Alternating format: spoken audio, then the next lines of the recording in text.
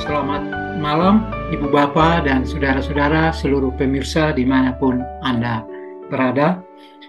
Uh, Pada saat ini kita membahas suatu topik pelajaran yang sangat bagus tentang perjalanan Rasul Paulus di Athena.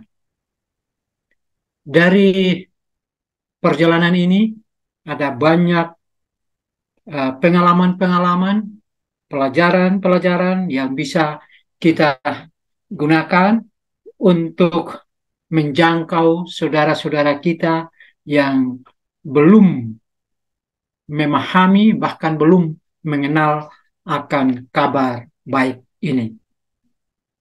Kita melihat di sini bahwa uh, Rasul Paulus ini adalah seorang yang sangat uh, bijaksana, tentu atas tuntunan Roh Kudus, sehingga setiap mereka yang ditemui oleh Rasul Paulus, dia tentunya pendekatannya berbeda-beda.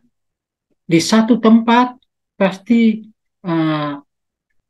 Rasul Paulus menggunakan cara-cara tertentu, cara-cara yang berbeda. Demikian juga secara pribadi. Ya. Secara pribadi bisa saja satu sama lain itu pendekatannya berbeda-beda. Ya. Di dalam pengalaman saya, banyak sekali yang saya temui, apakah itu mereka yang memiliki pengetahuan yang luas, pendidikan yang tinggi, maupun ada juga yang saya temui yang tidak berpendidikan yang tinggi. Disitulah cara kita harus berbeda. Nah, inilah yang dilakukan oleh Rasul Paulus ketika dia berada di Athena. Hal berikut yang menarik sekali adalah di Athena ini mereka adalah orang-orang yang suka ya akan ide-ide yang baru, ajaran-ajaran yang baru. Dan tentu ini menjadi sesuatu yang sangat-sangat bermanfaat, berguna sekali ketika Rasul Paulus mencoba untuk mengadakan pendekatan. Ya, kita pun tentunya sangat senang bila mana kita bertemu dengan orang-orang yang suka akan hal-hal yang baru, yang mereka belum pernah mendengar. Dan itu akan membuat suasana itu tidak kaku. Ya. Suasana itu tidak kaku. Ya, senang sekali kalau kita berdialog, ya, berbincang-bincang dengan mereka yang senang untuk bertanya apa yang kita sampaikan itu menurut mereka sesuatu yang baru, sehingga mereka apa? Mereka rindu untuk mendengarkan penjelasan dari kita. Ya. Banyak pengalaman yang saya alami di dalam kehidupan ini, di mana ada orang-orang yang rindu untuk apa? Untuk berdialog dengan kita, sehubungan dengan pekabaran yang kita bawakan, kabar baik yang kita akan sampaikan kepada mereka. Mereka apa? Mereka memiliki minat, antusias untuk apa? Untuk membahas bersama-sama dengan kita. Dan inilah yang dilakukan oleh orang-orang Athena pada waktu itu. Kemudian hal yang berikut yang saya mau sampaikan kepada kita adalah bahwa Rasul Paulus ini, kalau istilah sekarang mungkin kearifan lokal, ya, di mana Rasul Paulus ini melihat akan hal-hal yang baik yang dilakukan oleh apa? oleh orang-orang Athena pada waktu itu. Mereka dengan begitu antusiasnya, seriusnya, semangatnya di dalam menyembah dewa-dewa. Dan inilah yang digunakan oleh Rasul Paulus untuk memperkenalkan, ya, Allah yang disembah oleh Rasul Paulus. Dia memuji, ya, semangat mereka, ya, cara mereka menyembah, ya, dewa-dewa. Kalau sekiranya di dalam penyembahan kepada dewa-dewa itu mereka begitu bersemangat karena ketidaktahuan mereka, maka pada waktu Rasul Paulus memenangkan mereka, dapat dipastikan bahwa mereka pun pasti akan dengan sungguh-sungguh, ya, dengan hormat menyembah kepada Allah yang diperkenalkan oleh Rasul Paulus.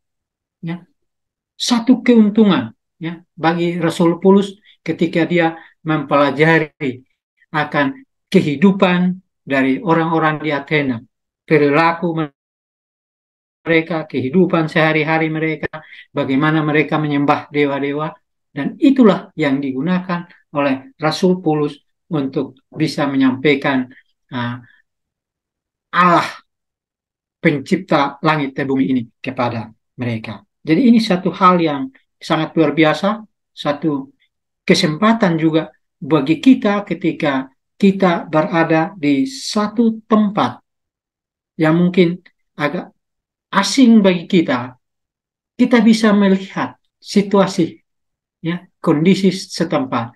Kita bisa melihat uh, kehidupan daripada orang-orang, ya, mereka yang hidup di tempat itu, dan kita mencari apa, peluang-peluang bagaimana kita bisa menyampaikan kabar baik ini. Dan itulah sebabnya dengan adanya uh, pengalaman Rasul Paulus yang begitu luar biasa dari satu tempat ke tempat yang lain, membuat dia bisa lebih mudah untuk memperkenalkan Allah kepada orang-orang Athena. Di dalam menyampaikan kabar baik ini, kita mungkin, ya, melihat apa respon mereka ketika mereka mendengarkan apa yang kita sampaikan. Bisa saja di sana ada penolakan, bisa juga ada yang acuh tak acuh, ada yang ingin belajar lagi, dan ada juga yang menerima dengan sungguh-sungguh pekabaran yang kita bawakan. Apapun respon mereka yang kita temui terhadap pekabaran yang kita bawakan, kabar baik yang kita sampaikan, itu apapun responnya, kita tetap harus menjalankan akan misi ini, pekabaran ini harus disampaikan. Kita tidak perlu kecewa, kita tidak perlu berkecil hati, ya, kalaupun ada penolakan, tetapi pekabaran ini harus disampaikan. Ya, memang banyak pengalaman, ya, yang kita temui secara pribadi. Ada juga yang hanya sekali saja pertemuan. Ya, setelah itu mereka tidak mau lagi mendengarkan pekabaran yang kita sampaikan. Ada yang menjaga jarak dengan kita. Ya, saya secara pribadi seperti itu. Ada yang mencoba untuk menjaga jarak dengan kita. Tetapi kita akan terus berusaha untuk apa? Mencoba menyampaikan kabar baik ini. Hmm. Ada juga yang rindu untuk belajar lagi. Hmm. Inilah respon-respon dari orang-orang yang kita temui terhadap firman Tuhan, kekabaran yang kita sampaikan. Saudara-saudara, kita sebagai pengikut pengikut Tuhan yang diutus untuk menyampaikan pekabaran ini.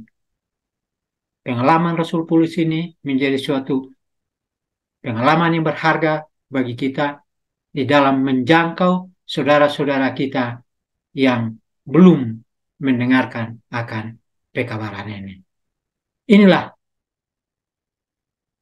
pelajaran yang bisa saya bawakan pada malam hari ini. Kiranya Tuhan memberkati kita. Mari kita sama-sama menghadap Tuhan di dalam doa. Ya Tuhan, ialah kami, Bapa yang bersemayam di surga. Terima kasih Bapa, karena pada malam hari ini kami boleh diberikan kesempatan untuk mempelajari akan firman-Mu melalui pengalaman Rasul Paulus di dalam menyampaikan kabar baik ini kepada sesama. Biar kiranya pengalaman ini boleh menjadi pengalaman kami semua, sehingga banyak orang boleh mengenal, boleh memahami, mengerti, dan bahkan mengikuti akan kabar baik yang kami bawakan. Dan kami boleh dipersiapkan di dalam menantikan akan kedatangan Tuhan yang tidak lama lagi. Inilah doa dan permohonan kami Bapa, mengampuni akan salah dan dosa kami. Karena kami hanya berdoa dalam nama Yesus yang indah, yang menjadi Tuhan dan Juru Selamat kami. Amin.